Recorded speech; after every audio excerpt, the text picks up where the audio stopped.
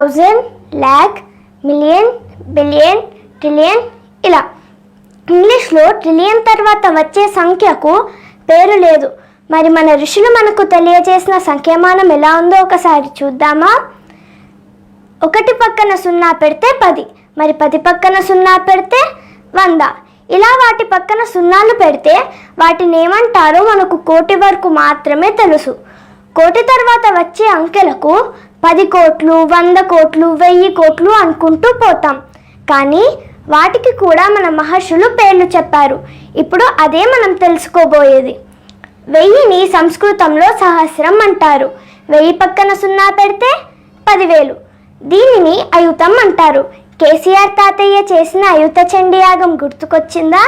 10,000 సార్లు చండీ పారాయణం చేయడం అన్నమాట. సరే, మన కాన్సెప్ట్లోకి వచ్చేద్దాం. 10,000 పక్కన 0 పెడితే 1,00,000. 1,00,000 పక్కన 0 పెడితే 10 లక్షలు. 10 లక్షల పక్కన 0 పెడితే కోటి. కోటి పక్కన 0 పెడితే దశకోటి. దశకోటి పక్కన 0 పెడితే శతకోటి. శతకోటి దండాలు అంటారు కదా, గుర్తుకొచ్చిందా?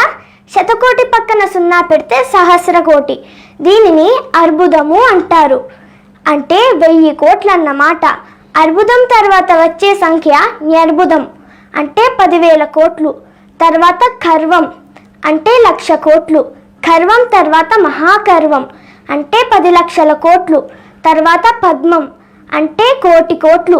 పద్మం తర్వాత వచ్చే సంఖ్య మహాపద్మం. మహాపద్మం తర్వాత క్షోణి. క్షోణి తర్వాత మహాక్షోణి.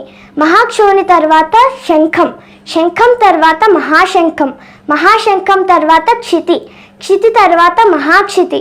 మహాక్షితి తర్వాత క్షోభం. క్షోభం తర్వాత మహాక్షోభం.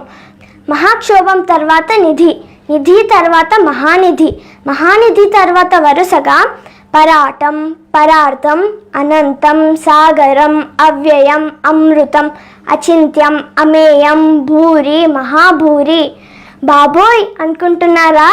ఈ ఫిగర్స్ని క్యాల్కులేటర్ కూడా చూపెట్టదండి. మీరు కావాలంటే ట్రై చేసుకోవచ్చు. ఇదండి మన సంస్కృతి, మన మహర్షుల విజ్ఞానం. ఇది మన సనాతన ధర్మం. ప్రపంచ దేశాలు పురుడు పోసుకునే లోపే మన దేశం శాస్త్రాలను అందించింది.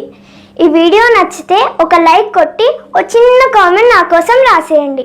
బాగా నచ్చితే షేర్ చేయండి. మరో మంచి టాపిక్తో మళ్ళీ వస్తాను. Signing off, your Srikriti.